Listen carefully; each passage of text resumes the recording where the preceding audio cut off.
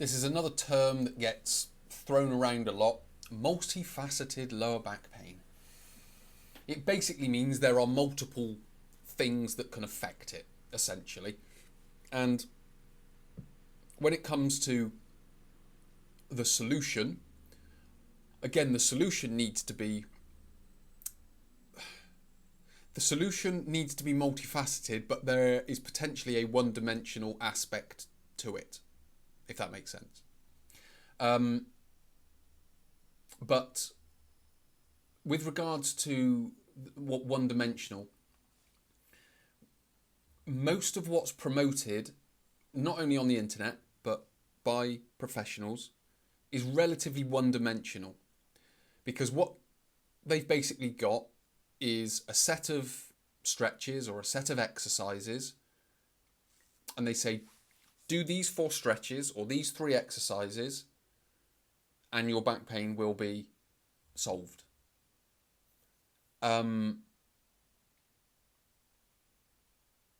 That's not necessarily true. That's what I would describe as a one-dimensional approach. So it's saying, right, all of lower back pain, all of you people with lower back pain, if you do these 4 stretches and these 4 exercises, or either or, depending on the one-dimensional approach that they're using, it will solve your lower back pain. That's essentially what they're saying. So if you can imagine a conveyor belt, they say, right, you get on that conveyor belt, and when you get to the end, your lower back pain will be gone.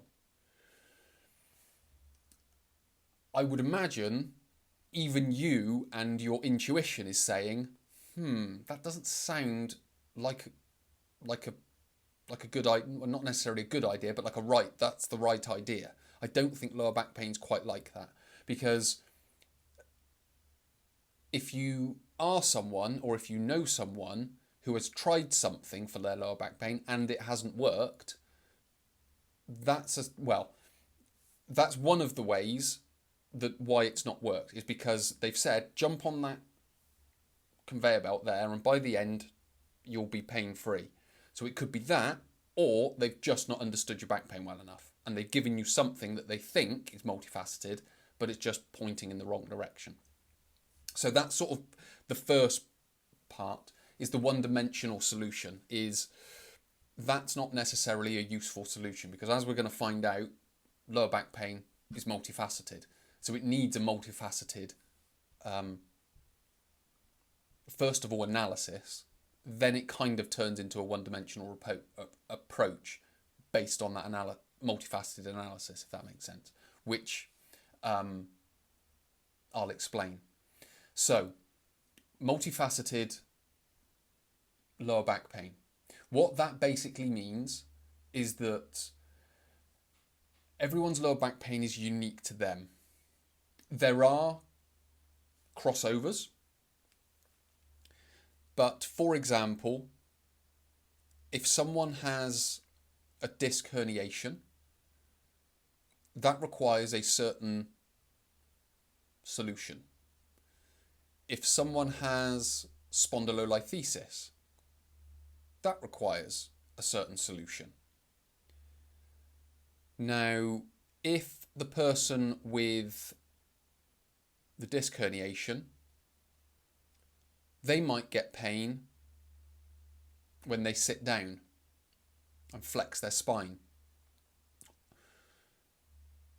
Spondylolisthesis may also get pain when they sit down, but it's not necessarily because they're flexing their spine. It might be because of the duration in which they're doing that, or it could be vice versa. So where we've got one person who gets it simply by just going into the flexed posture, another person gets it not necessarily because they're in the flexed posture, but because they're in it for a long time. So you can start to see that even just those have a slightly different scenario. Obviously, the disc herniation, if we don't go into that position, is going to be a useful thing. But the other person can go into the position but just not stay there for a long time. So these are the different types of, or certainly the mechanical aspects that we need to understand.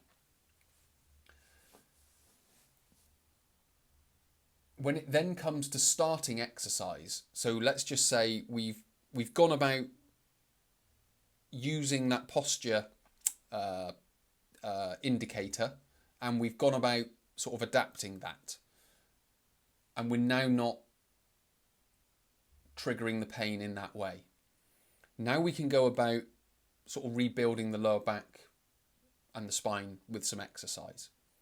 And again, those two people one may start exercise earlier, one may start exercise later. They may start at the same time, but just with different exercises. So this is I guess like the multi-dimensional approach, or the multifaceted approach, is that we're looking at lower back pain as a multifaceted type of condition. And what we're then saying is we've got a toolkit, we're going through some degree of an analysis and going, right, this tool fits your lower back pain, this tool fits your lower back pain, and this tool fits your lower back pain. So what we're basically saying is that the solution fits your lower back pain, not your lower back pain fitting the solution, if that makes sense. That's the one-dimensional approach, because they say jump on that conveyor belt and by the time you get to the end, you'll be fine. All lower back pain's the same, so you just do the same stretches, the same exercises, and it gets sorted.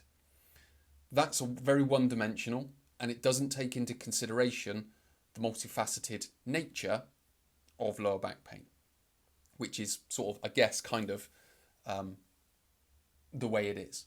So what we need to be able to do is have that multifaceted approach.